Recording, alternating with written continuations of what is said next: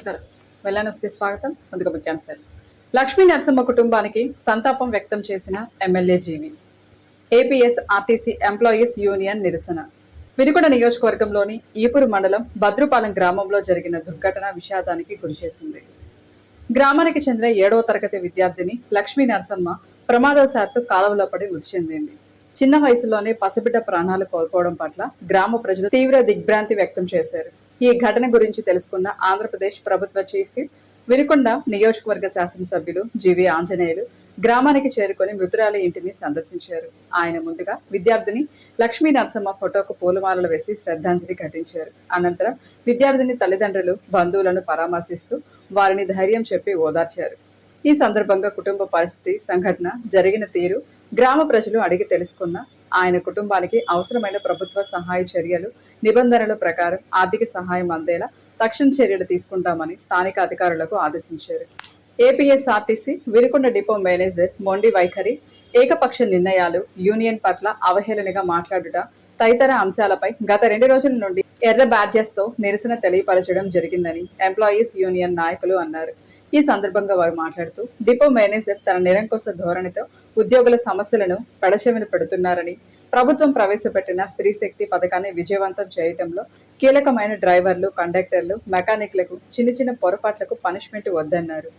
Vinukonda sub జైలును ఆకస్మికంగా గుంటూరు జిల్లా legal services authority secretary Syed Ziauddin తనిఖీ చేశారు. సబ్ జైలును సందర్శించి ఖైదీలతో సమావేశం నిర్వహించి అక్కడ ఉన్నటువంటి ఖైదీలను వారి యొక్క సమస్యలను ప్రశ్నించి వారి ఆరోగ్య పరిస్థితులను, జైలులో అందిస్తున్న భోజన సదుపాయాల గురించి అడిగి తెలుసుకున్నారు.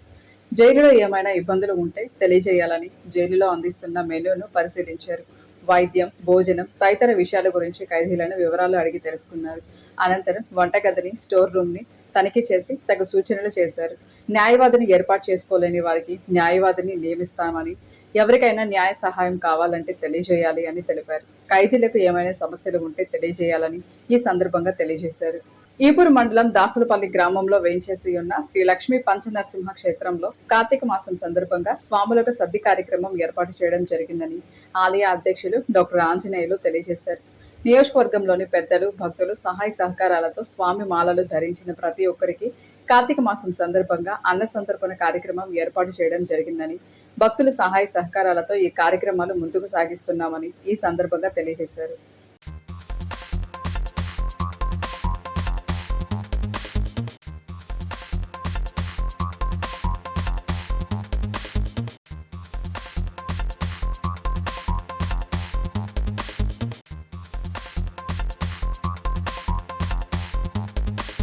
వినుకొండ పట్టణానికి చెందిన జన విజ్ఞాన వేదిక అధ్యక్షులు, జాషువా సమాఖ్య గౌరవ అధ్యక్షులు, రచయిత కమలారాంకి రితికా ఫౌండేషన్ వ్యవస్థాపకురాలు నిత్య, ప్రముఖ రాజకీయ నాయకురాలు, మాజీ మంత్రి పుష్పలీలచే భారతీయ సేవా పురస్కారాన్ని అందజేశారు.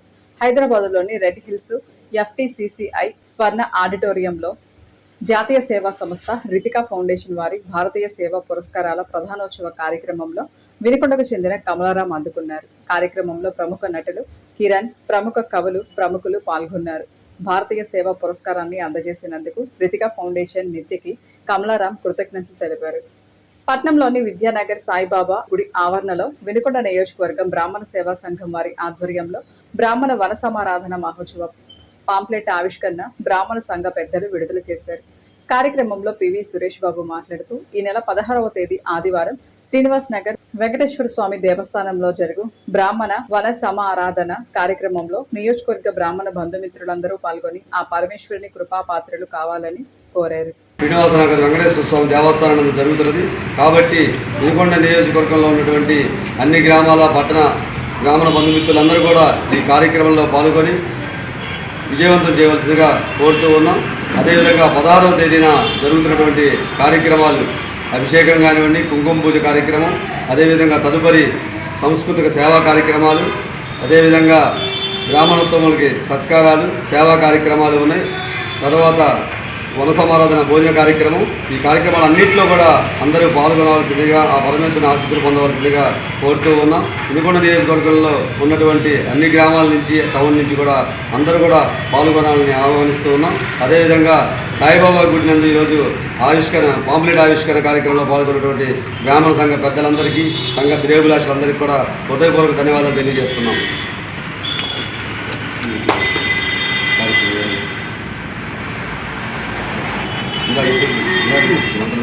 వాగర్ధావివ సంపృక్తో వాగర్ధ ప్రతిపత్తయే జగత పితరో వందే పార్వతీ పరమేశ్వరవు. మన వినుకొండ నియోజకవర్గ బ్రాహ్మణ బంధుమిత్రులందరికీ కూడా గమనిక ఏమిటయ్యా అంటే 16వ తారీఖు ఆదివారం నాడు మన వినుకొండ పట్టణంలో వేయించేసినటువంటి శ్రీనివాసనగరంలో శ్రీ వెంకటేశ్వర స్వామి వారి దేవాలయం నందు 16వ తారీఖు ఆదివారం నాడు వన సమారాధన కార్యక్రమం, బ్రాహ్మణ వన సమారాధన కార్యక్రమం అనేటువంటిది వైభవంగా ఎప్పటిలాగా జరుగుతూ ఉంది.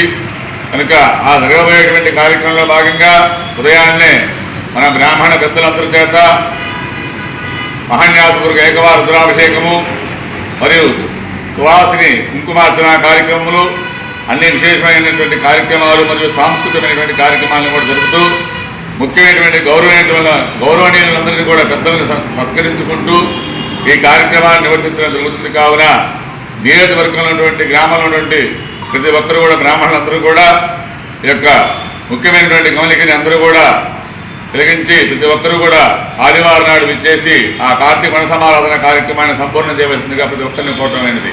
ఇంతటితో వెళ్ళాలని సమాప్తం. తిరిగి రేపటి వెళ్ళానిలో కలుసుకుందాం. నమస్కారం.